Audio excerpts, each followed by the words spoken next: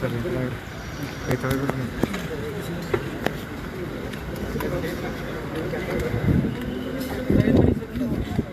ಬರ್ರಿ ಸರ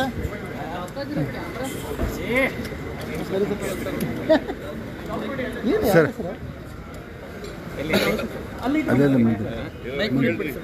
ಸರ್ ಏನಿಲ್ಲ ಸರ್, ಈಗ ದರ್ಶನ್ ಅವ್ರ ವಿಚಾರಕ್ಕೆ ಸಂಬಂಧಪಟ್ಟಂತೆ ಸಾಕಷ್ಟು ಪರ ವಿರೋಧ ಚರ್ಚೆ ಆಗ್ತಾ ಇದೆ ಸರ್.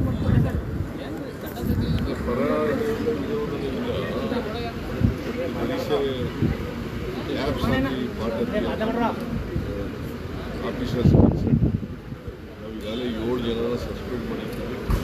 ಇನ್ನು ಕೆಲವೊಂದು ಸಸ್ಪೆಂಡ್ ಮಾಡಬೇಕಾಗಿದೆ ಮತ್ತು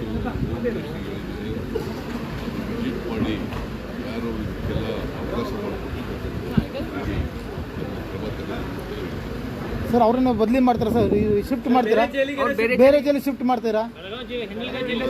ಯೋಚನೆ ಇದೆ, ಬೇರೆ ಕಡೆ ಶಿಫ್ಟ್ ಮಾಡಬೇಕಾ ಬೇಡ ಅಂತ ಅದು ಕೂಡ ಯೋಚನೆ ಇದೆ.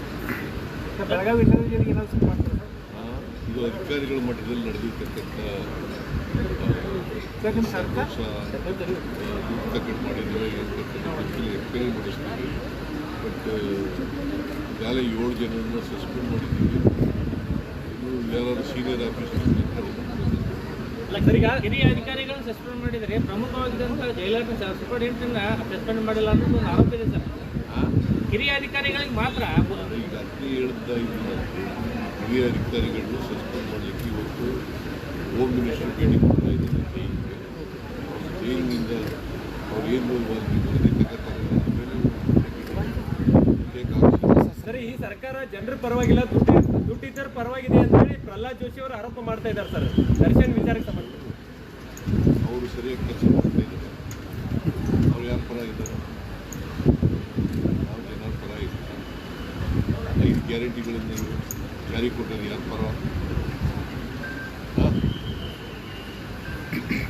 ಯಾರು ಅವರು ಏನು ಮಾಡಿದ್ದಾರೆ?